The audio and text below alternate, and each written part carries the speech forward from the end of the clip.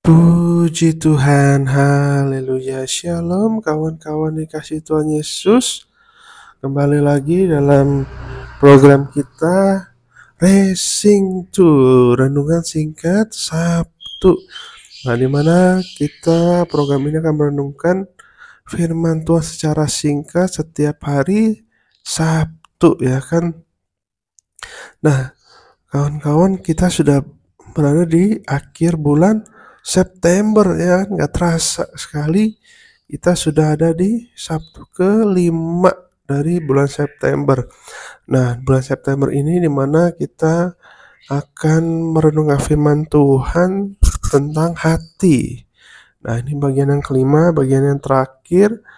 Nanti untuk bulan Oktober kita akan berganti tema lagi, ya kan. Nah, untuk tema bulan Oktober nanti ya, tunggu Sabtu depan. Nah, saat ini kita akan merenungkan firman Tuhan di Sabtu kelima ini dengan judul Kuatkan dan Teguhkan Hatimu. Nah, dari serangkaian renungan kita di bulan September ini, Sabtu pertama tentang hati yang murni, ya kan. Sabtu kedua tentang kepahitan hati yang lembut, ya, hati yang lemah lembut. Yang ketiga kepahitan hati, yang kemarin itu hati yang kosong.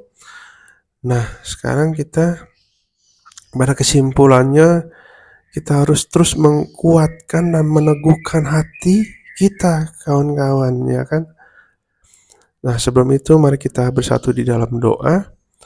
Bapa yang baik, Tuhan Yesus Kristus yang luar biasa, kami bersyukur Tuhan. Pada hari ini kami masih diberikan kesempatan untuk dapat merenungkan kebenaran firman-Mu, dapat belajar lagi tentang firman-Mu. Tuhan Yesus, berkati kami semua yang mendengarkan, memberikan hikmat kepada kami. Tuhan, urapi setiap kami, berkati kami ya Bapa, sehingga kami dapat mengerti kebenaran firman Tuhan. Biar isi hati-Mu saja yang keluar dari mulut hamba-Mu ini ya Bapa, sehingga kami dapat mengerti firman-Mu pada hari ini dan kami dapat melakukannya ya Tuhan. Terima kasih ya Tuhan. Biarlah kami siapkan hati kami menjadi hati yang subur, sehingga benih firman Tuhan ditanam dapat berakar, bertumbuh, berbuah lebat di dalam kehidupan kami, sehingga kami dapat kuat, kami dapat dibimbing oleh kebenaran firman-Mu pada hidup kami selanjutnya ya Bapa. Terima kasih Tuhan Yesus. Hanya di dalam nama Tuhan Yesus Kristus, haleluya, amin. Amin. Nah, kita mau belajar tentang kuatkan dan teguhkan hatimu, ya kan. Nah, kawan, kita tahu, kita sadar bahwa kita ini hidup sudah di zaman akhir, ya kan. Kita ini sudah hidup di zaman akhir. Kita lihat di mana-mana waktu ini sekarang terasa begitu cepat, ya kan, sudah kan. Kita sudah ada di bulan akhir September. Nah, dalam firman Tuhan dikatakan, karena orang-orang pilihan Allah, maka waktu akan dipersingkat. Ya kan, waktu akan dipersingkat supaya apa? Supaya kita ini sebagai orang-orang percaya, orang-orang pilihan Tuhan, itu tidak lama-lama menderita di dunia ini, ya kan. Dan juga percepatan itu kita harus ikut supaya kita tidak tertinggal, kawan, ya kan. Supaya kita nggak ketinggalan di dunia ini, supaya kita tetap ikut Yesus ke sorga. Dengan ini kita juga menyadari, Tuhan mengingatkan kita bahwa kita harus segera untuk juga ikut memberitakan firman Tuhan, memberitakan Injil. Nah, coba kita lihat di dalam 2 Timotius 3 2 Timotius 3 ayat 1 sampai 4. Ya kan?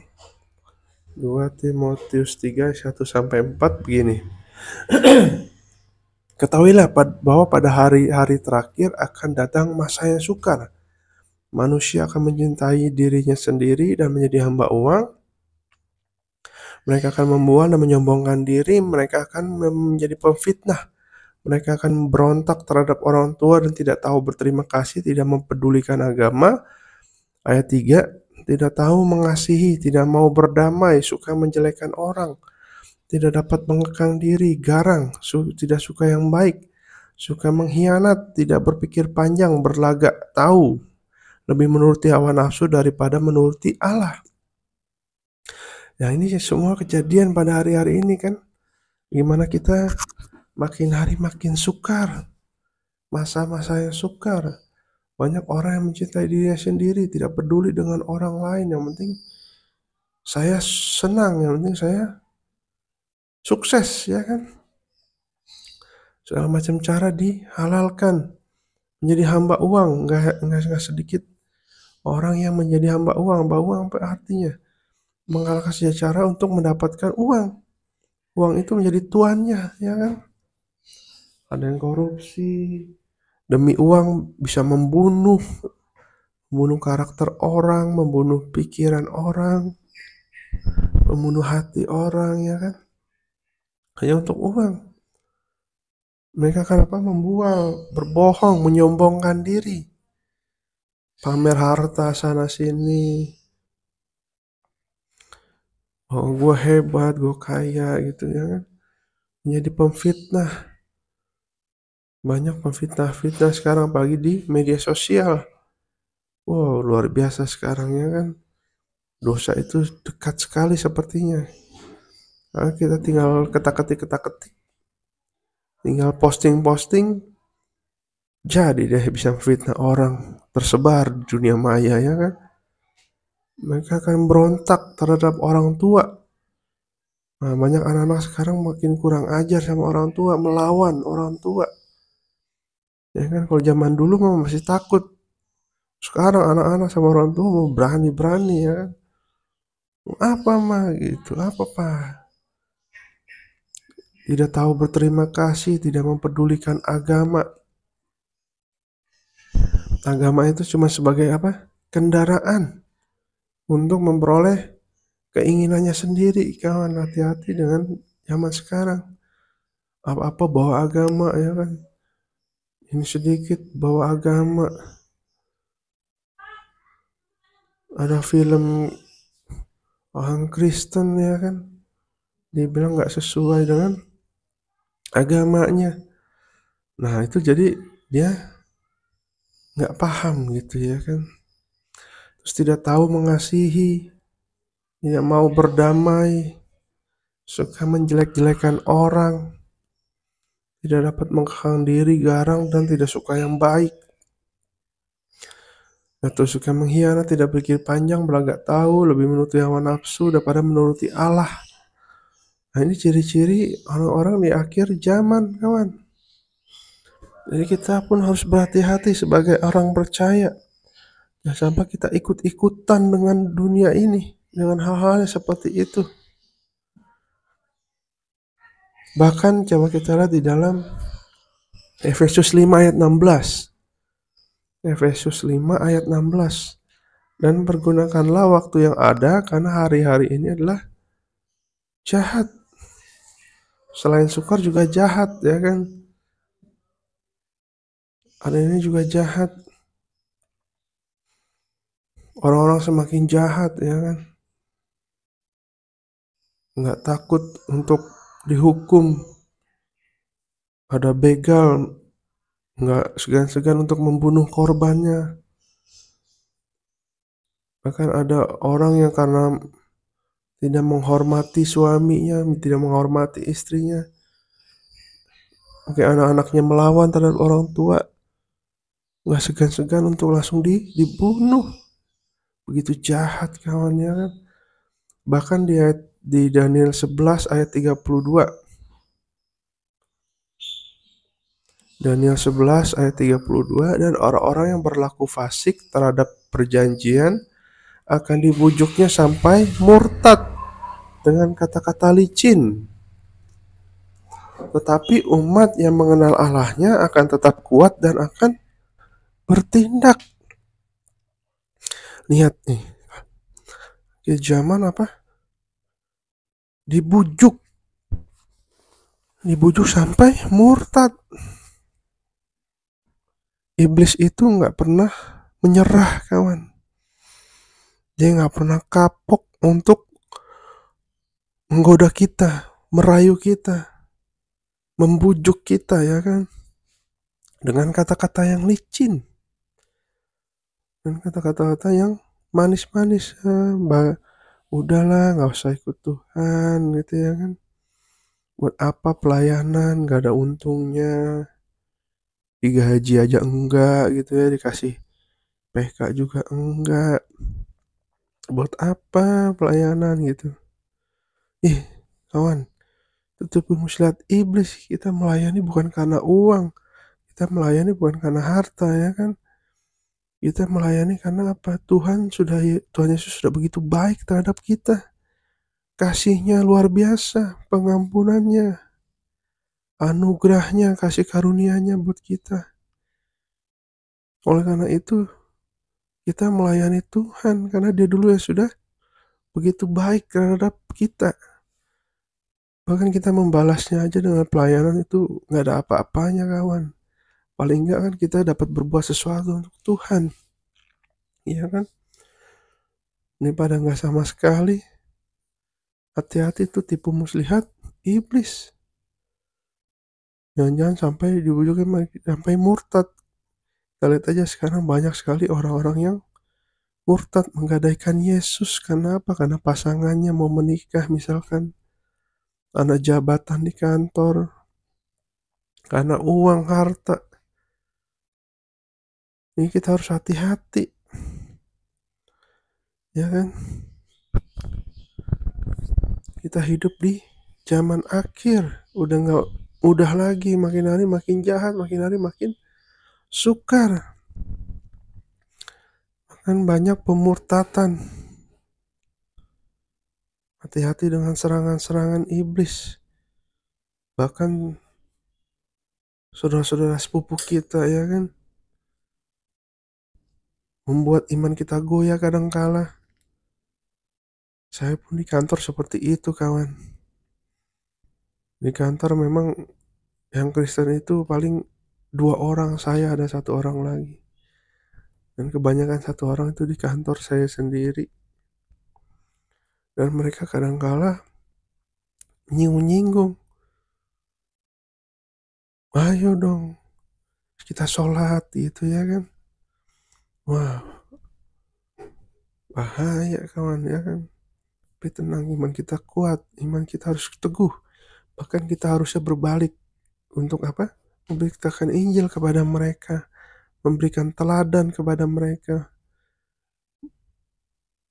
Yang hidup kita dipakai Tuhan untuk menyinari kemuliaan Tuhan, kebaikan Tuhan. Sehingga melalui hidup kita, Kristus terpancar, ya kan. Amin, kawan-kawan. Yes, kita harus jadi berkat. Jadi harus jadi terang dimanapun kita ditempatkan. Makanya itu, kalau kita nggak kuatkan dan teguhkan hati kita kepada Tuhan Yesus, kita bisa kebawa oleh dunia ini, kebawa oleh tipu muslihat iblis, kawan. Wah, jangan sekali-sekali kita menganggap diri kita udah hebat. Nggak mungkin lah, gue mah tetap teguh, ya kan. Saya mah tetap teguh. Kita ingat Yusuf, kawan. Yusuf orang yang setia, Yusuf yang cinta Tuhan. Ketika dia diganggu, digoda sama istrinya Potifar pada saat itu, hanya berdua di kamar. Apa yang Yusuf lakukan? Dia kabur, kawan, ya kan. Dia pergi. Bukan merasa kuat, aku kuat, tapi tetap di situ. Ya tetap kena dong, ya kan, dosanya. Makanya kita jangan sekali-sekali merasa kuat, merasa hebat gitu, ya kan. Tenang aja, iman gue kuat, imanku teguh gitu kan. Hati-hati kawan, hamba-hamba Tuhan juga banyak yang jatuh, apalagi kita ya kan. Kita harus kuat di dalam Tuhan. Jika ada dosa, jika ada goda-godaan, kita harus pergi. Jangan diam di situ, jangan malah di entertain pikiran-pikiran, oh iya benar ya, oh iya. Akhirnya kita jatuh ke dalam dosa. Kita harus pergi. Kadang-kala ada waktunya untuk melawan, kadang-kala waktunya untuk pergi meninggalkan dosa, tempat dimana buat dosa. Nah, kita belajar sekarang serangan iblis itu terhadap orang-orang percaya apa sih, ya kan, khususnya di akhir-akhir zaman ini. Yang pertama, jika Tuhan baik, kenapa Tuhan izinkan kita ini menghadapi masalah?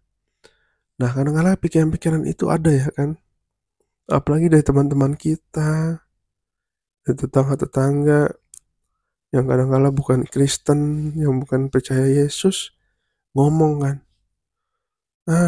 kamu Tuhan baik mana?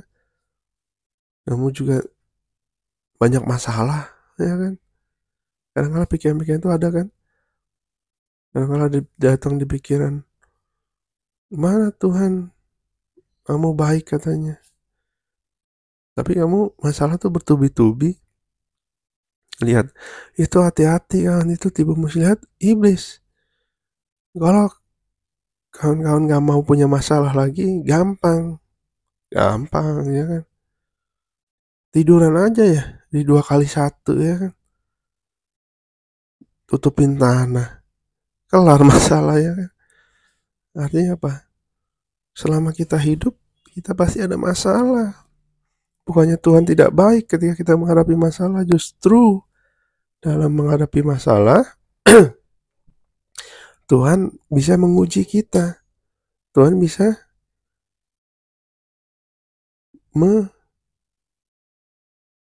memperlihatkan mujizatnya, melihatkan kemuliaannya.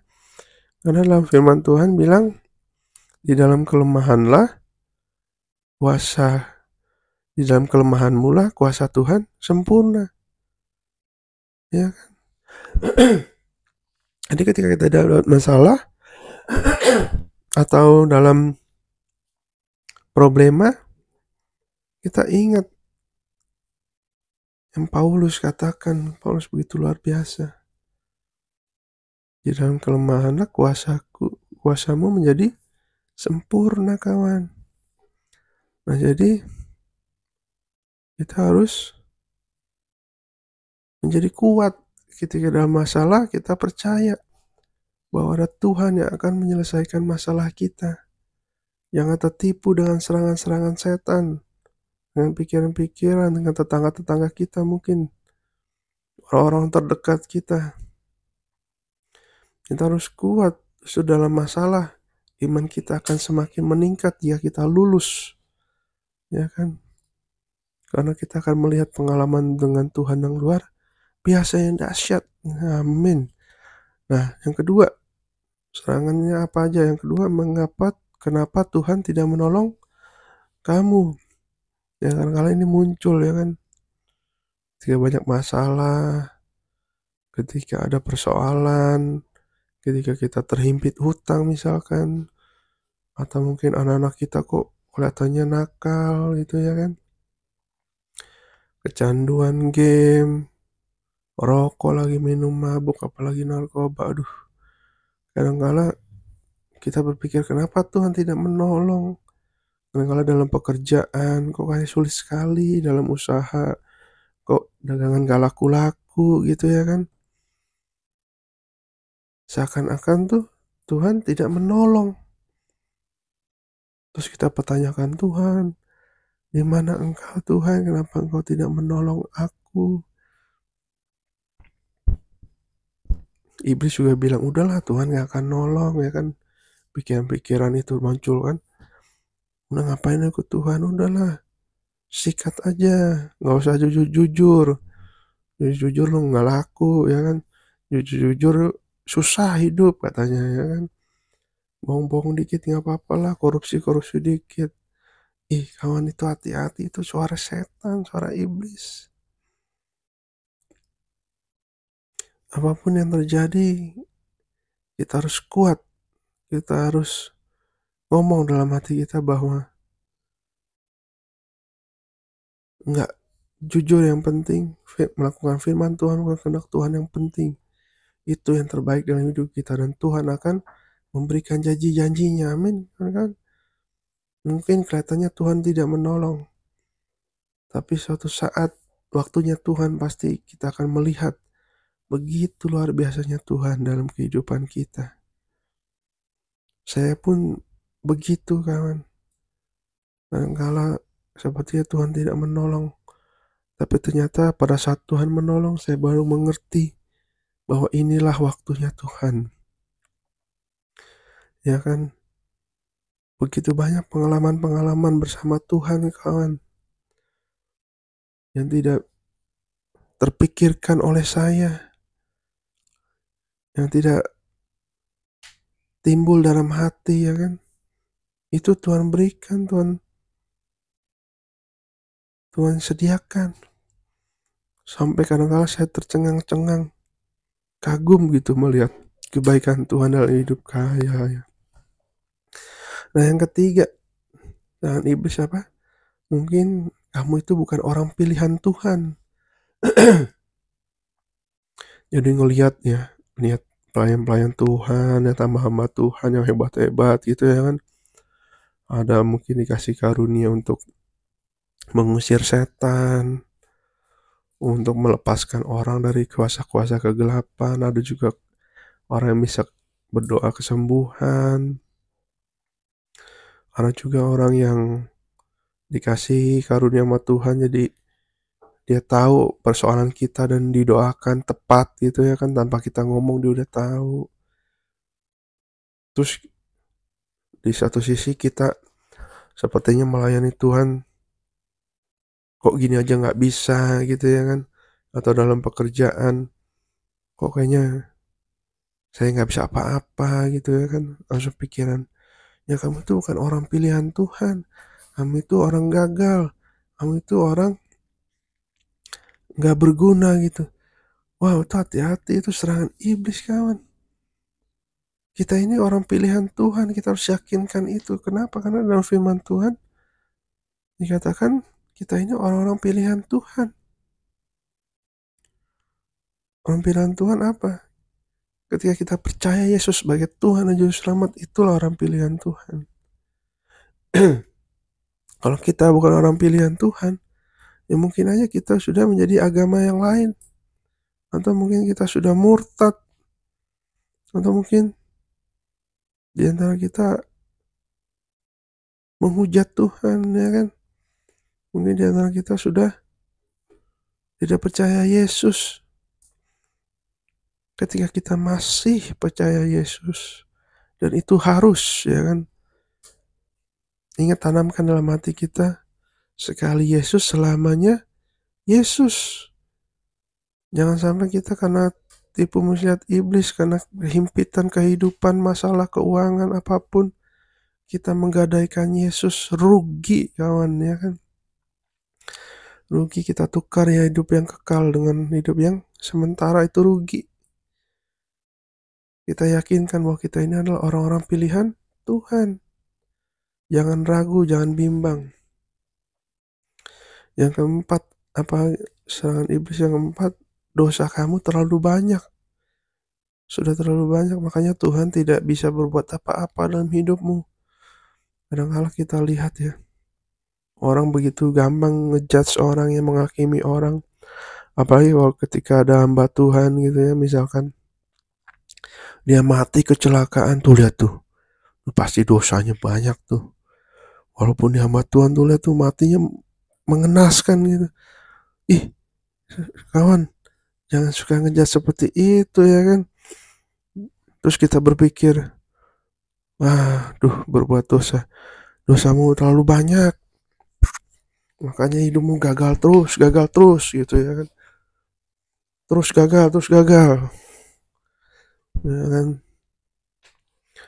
Jadi berpikir, wah banyak dosa tuh orang tuh, makanya tuh katanya jangan banyak dosa gitu ya kan. Kawan bukannya gitu. Ketika orang menderita itu ya kan, begitu orang mungkin sakit jantung atau apa, dia bilang, pasti banyak dosa tuh orang. Sampai sakitnya begitu, stroke dia. Iya, dia banyak dosa. Jangan begitu kan, ya kan? Bukan karena dosa juga. Terus kadang-kala kita ada bisikan, wah kamu udah terlalu banyak dosa lah, Tuhan mungkin gak berkenan, Tuhan gak bisa buat apa-apa. Betul saudara kawan, kalau dalam firman Tuhan dibilang apa? Yang menghambat berkat Tuhan, sehingga Tuhan tidak bisa mengulurkan tangannya, sehingga Tuhan tidak bisa mendengar doa-doa kita. Yang menghambat itu apa? Dosa kita, memang betul. Dosa kita yang menghambat, kadang-kala menghambat berkat Tuhan, kadang-kala menghambat doa-doa kita tertutup gitu ya kan. Tapi bukannya karena dosa tidak terlalu banyak, tapi Tuhan tidak bisa berbuat apa-apa gitu ya kan. Tuhan pasti bisa berbuat sesuatu buat kita. Tapi kita harus bertobat. Kita harus sungguh-sungguh berbalik kepada Tuhan. Bukannya dosa kita udah terlalu banyak terus Tuhan gak bisa buat apa-apa, Tuhan gak bisa memulihkan hidup kita. Enggak kawan. Justru Yesus bilang apa? Yesus datang ke dunia ini untuk apa? Untuk orang berdosa. Yesus datang bukan buat orang kudus, bukan buat orang yang hebat gitu ya kan. Tapi Yesus datang untuk orang berdosa. Artinya apa? Yesus itu dapat mengubahkan orang yang penuh dosa menjadi putih seperti kain, seperti salju. Ya kan, dosa orang merah seperti kain kimirsi diubah oleh Yesus menjadi putih seperti salju. Nah, jadi bukannya karena kita dosa terlalu banyak terus ya udahlah, udah gak terlalu banyak, gak usah apa-apa, udahlah berdosa aja terus, Tuhan juga gak bisa ngubahkan hidup aku gitu. Jangan kawan ya kan. Kita ubah pikiran-pikiran setan itu ya kan, iblis. Kita imani bahwa Tuhan pasti akan mengubahkan, memulihkan hidup kita yang penuh dosa menjadi hidup yang berkemenangan di dalam Yesus. Amin. Yes. Jadi itu semua dusta iblis. Karena ingat aja janji Tuhan. Yesus itu punya rencana yang indah. Rancangan-rancangan Tuhan itu indah. Rancangan damai sejahtera, bukan rancangan kecelakaan. Yesus itu selalu menargetkan kita hal-hal yang besar, hal-hal yang luar biasa. Ya kan? Supaya iman kita itu semakin naik level. Nah, maka itu kita harus menguatkan hati kita, meneguhkan hati kita, kawan. Jadi kita harus menguatkan dan teguhkan hatimu, hati kita itu untuk apa? Yang pertama, iman kepada Tuhan Yesus. Untuk melawan itu semua, perisilat iblis, yang pertama kita harus punya iman. Iman yang kuat, iman yang teguh. Bukan iman kepada ilah lain, tapi kepada Tuhan Yesus yang telah menyelamatkan kita, menebus kita. Di dalam 1 Yohanes 5 ayat 4-5. 1 Yohanes 5 ayat 4-5 dikatakan, sebab semua yang lahir dari Allah mengalahkan dunia. Dan inilah kemenangan yang mengalahkan dunia, iman kita. Siapakah yang mengalahkan dunia selain daripada dia yang percaya bahwa Yesus adalah anak Allah? Nah, lihat kawan. Yang mengalahkan dunia siapa? Iman kita. Iman kepada siapa? Iman kepada Yesus adalah anak Allah. Yesus adalah juru selamat. Jadi kita harus punya iman supaya kita mengalahkan dunia ini, mengalahkan serangan-serangan setan, serangan-serangan iblis. Mengalahkan hal-hal duniawi tadi yang di awal kita sudah baca di 2 Timotius 3 ayat 1-4. Bisa kita kalahkan bersama dengan Yesus, ya kan? Coba lihat lagi dalam 1 Yohanes 4 ayat 2 sampai 3. 1 Yohanes 4 ayat 2 sampai 3. Demikianlah kita mengenal roh Allah. Setiap roh yang mengaku bahwa Yesus Kristus telah datang sebagai manusia berasal dari Allah. Dan setiap roh yang tidak mengaku Yesus tidak berasal dari Allah, roh itu adalah roh anti Kristus. Dan tentang dia telah kamu dengar dan bahwa ia akan datang, dan sekarang ini ia sudah ada di dalam dunia. Nah, lihat, setiap roh yang mengaku bahwa Yesus Kristus telah datang sebagai manusia berasal dari Allah. Itulah roh yang mengenal roh Allah. Ya kita ini kawan, ya kan? Kita ini roh-roh. Kita ini orang-orang yang mengenal Yesus. Dan lihat sebaliknya, setiap roh yang tidak mengaku Yesus tidak berasal dari Allah, roh itu antikris. Jadi antikristus itu bukan pada saat nanti, kawan. Bukan saat di penghujung zaman gitu kan Tuhan Yesus mendatang. Antikristus itu sudah ada zaman sekarang. Bahkan sudah lama. Lihat aja ada yang bakar gereja, ya kan? Membunuh pendeta, hamba-hamba Tuhan. Menyiksa orang-orang percaya. Jadi roh yang tidak percaya Yesus, roh yang tidak mengaku Yesus itu berasal dari Allah, itu roh antikristus. Ya kan, antikristus artinya apa? Tidak percaya Yesus, tidak mengaku Yesus itu berasal dari Allah. Dia bilang Yesus itu hanya nabi, Yesus itu hanya manusia. Yesus itu 100% manusia, 100% Allah, tapi dia bukan hanya manusia, bukan hanya nabi, tapi dia juga juru selamat. Hati-hati dengan roh antikristus yang membujuk kita sampai murtad. Nah, yang kedua, kita harus menguatkan dan teguhkan hati kita untuk apa? Untuk mengasihi kepada Tuhan dan sesama kita sebagai manusia. Ya kan, kita harus mengasihi, kawan. Ya kan, kita ingat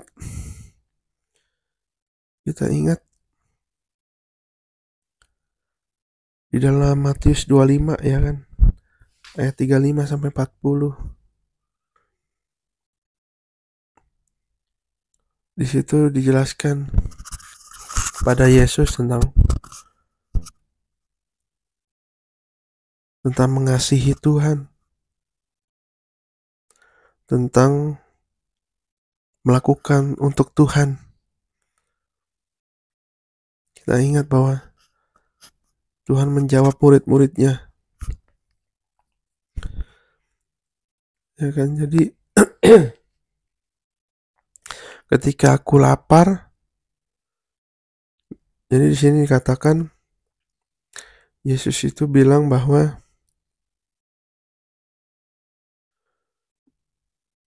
orang-orang benar, ya kan, itu menjawab Yesus saat itu.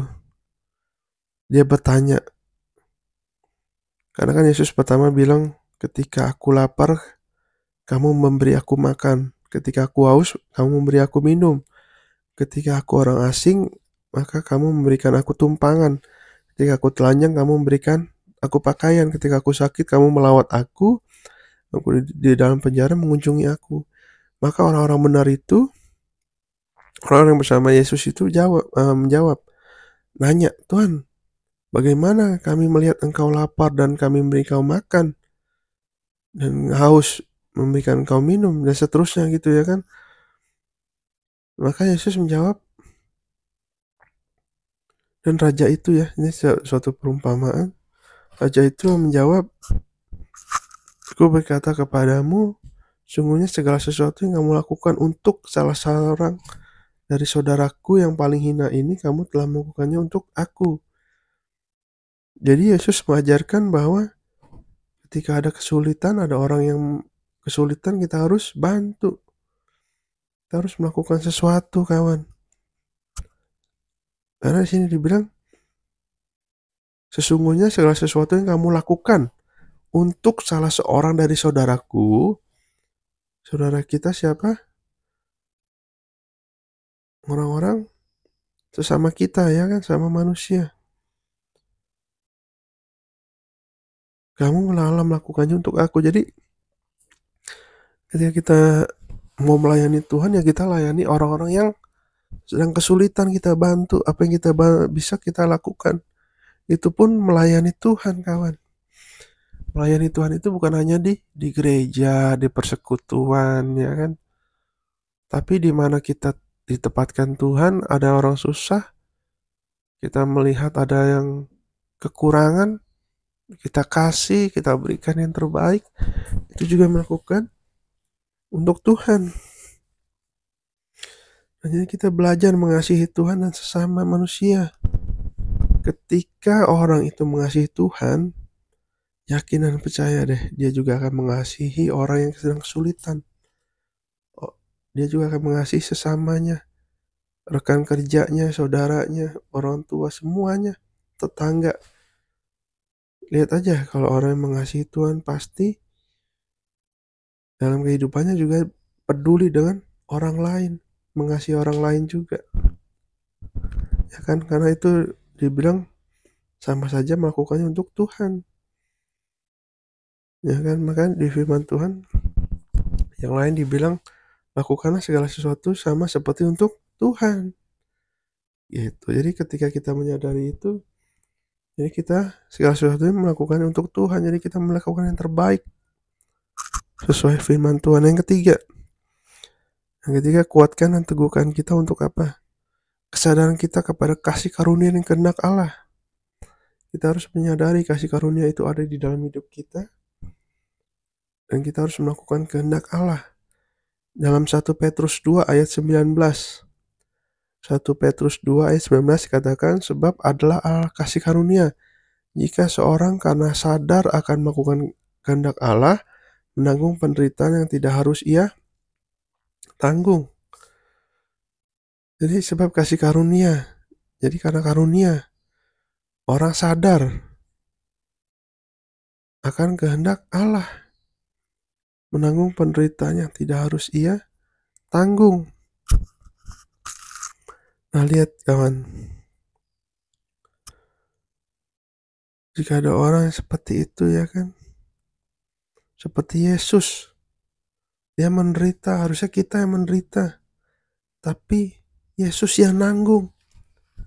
Harusnya bukan dia yang tanggung, tapi Yesus yang menanggung, kawan. Ya kan? Jadi karena kasih karunia lah, Yesus mau menanggung yang harusnya tidak ditanggungnya dia, penderitaan.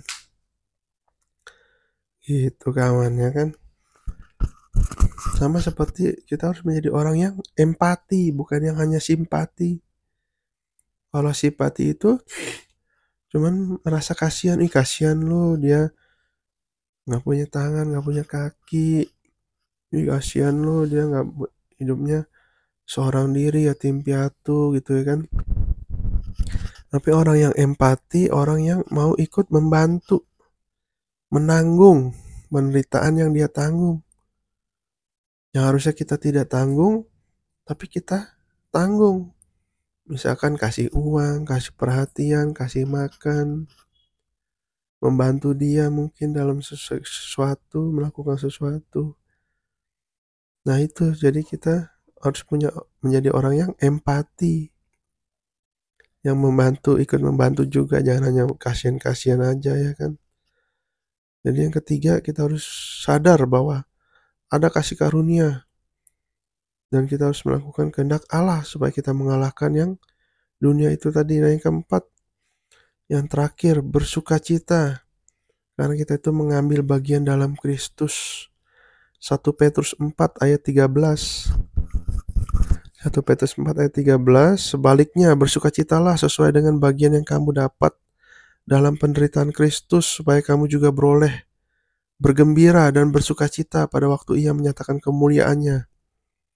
Nah jadi sukacita kita itu bukan karena uang banyak, karena jabatan tinggi, karena usaha kita lancar, Boleh itu bersukacita, tapi yang terpenting bersukacita dalam apa? Dalam Kristus, karena kita sudah dapat mengambil bagian dalam penderitaan Kristus, dalam pelayanan, dalam kehidupan kita, supaya kita juga bergembira dan bersukacita pada waktu Ia menyatakan kemuliaannya, pada waktu Ia mengabulkan janji-janjinya, menggenapi janji-janji dalam kehidupan kita. Dan yang terlebih, kita bersukacita ketika Yesus datang dalam kemuliaan, kita diangkat, kita bersama-sama dengan Dia. Amin. Jadi kita harus bersukacita, karena di firman Tuhan yang lain, bersukacitalah senantiasa. Ya kan? Hati yang gembira adalah obat yang manjur. Jadi kita bersukacita, tapi sukacita kita harus betul. Sukacita karena kita di dalam Kristus, mengambil bagian untuk melayani Tuhan. Amin. Jadi ada 4 hal ini, palingnya kita harus menguatkan dan meneguhkan hati kita di akhir zaman ini, supaya kita tetap kuat sampai pada akhirnya, tetap setia, taat dan kepada Tuhan Yesus. Nah, sebagai penutup, ayat penutup di Mazmur 27 ayat 14. Mazmur 27 ayat 14. Nantikanlah Tuhan, kuatkanlah dan teguhkanlah hatimu. Ya, nantikanlah Tuhan. Lihat kawan, kita harus menantikan Tuhan dalam akhir zaman ini, dalam zaman akhir ini. Di sini dinantikanlah Tuhan itu 2 kali ditegaskan. Nantikanlah Tuhan, kuatkanlah dan teguhkanlah hatimu. Ya, nantikanlah Tuhan. Jadi kita harus menantikan Tuhan dengan apa? Dengan terus kuat, dengan teguhkan hati kita. Karena kalau kita nggak kuatkan dan teguhkan hati kita, kita akan terbawa, terseret oleh dunia ini. Bahkan menjadi orang yang terhilang nantinya, kawan. Jadi kita harus kuat. Ya, saya rindu, saya pun juga kita sama-sama berjuang, kawan. Kita rindu, saya rindu, kita semua itu menjadi kuat dan teguh di dalam Tuhan Yesus. Dalam menantikan Tuhan. Jangan sampai kita murtad di tengah jalan, menggadaikan Tuhan, meninggalkan Tuhan Yesus. Ya kan? Nah, kita tetap kuat dan teguh sama-sama dengan Kristus. Amin. Mari kita bersatu di dalam doa. Bapa yang baik, Bapa yang luar biasa, kami bersyukur Tuhan. Kami sudah belajar, kami sudah mendengarkan firman Tuhan, kami sudah merenungkan firman Tuhan pada hari ini. Kami tahu di akhir zaman ini tantangan begitu besar, masa-masa yang sulit, hari-hari yang jahat ada bersama-sama dengan kami Tuhan. Tapi kami tidak mau melihat hal-hal yang jelek, kami tidak mau melihat masalah-masalah yang besar. Tapi kamu mau melihat, meyakini, mempercayai bahwa Tuhan kami Yesus Kristus lebih besar dari masalah yang kami hadapi, lebih besar dari kehidupan dunia ini, lebih besar dari tantangan hidup, masa-masa yang hidup, masa-masa yang sukar hidup ini ya Bapak. Kami mau imani, kami mau terus kuatkan dan teguhkan hati kami ya Bapak, sehingga kami punya iman yang teguh bersama-sama dengan Yesus.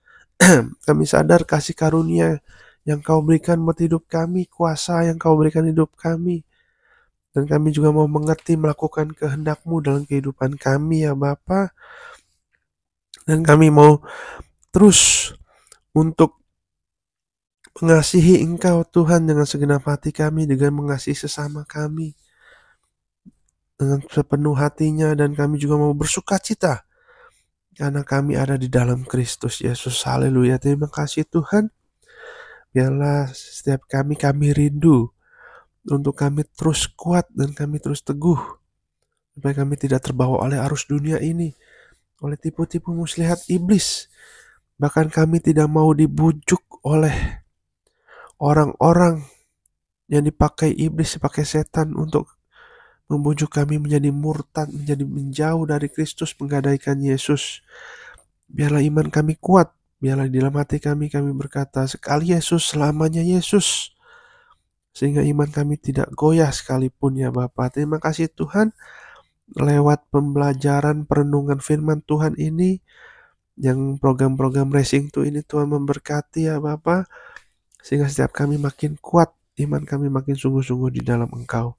Terima kasih Tuhan Yesus, kami serahkan hidup kami ke dalam tangan-Mu, biar Engkau yang terus pimpin kami ya Roh Kudus, sehingga kami dapat mengerti rencana-Mu, kehendak-Mu dalam kehidupan kami, sehingga kami terus hidup dalam anugerah-Mu, dalam kasih karunia-Mu setiap hari. Terima kasih ya Bapa, kami sudah berdoa dan mengucap syukur, haleluya, amin. Amin. Terima kasih kawan-kawan yang sudah bersama-sama dengan kita, dengan kami. Biarlah firman Tuhan ini terus membangun kita. Biar Tuhan Yesus yang menjadi Tuhan dan Juru Selamat kita sampai kepada Tuhan Yesus datang kembali yang kedua kalinya. Haleluya. Tuhan Yesus memberkati kita semua. Yang belum subscribe boleh di subscribe, di like, dan di komen. Di share kepada teman-teman saudara-saudara kita. Terima kasih. Tuhan Yesus memberkati. Bye.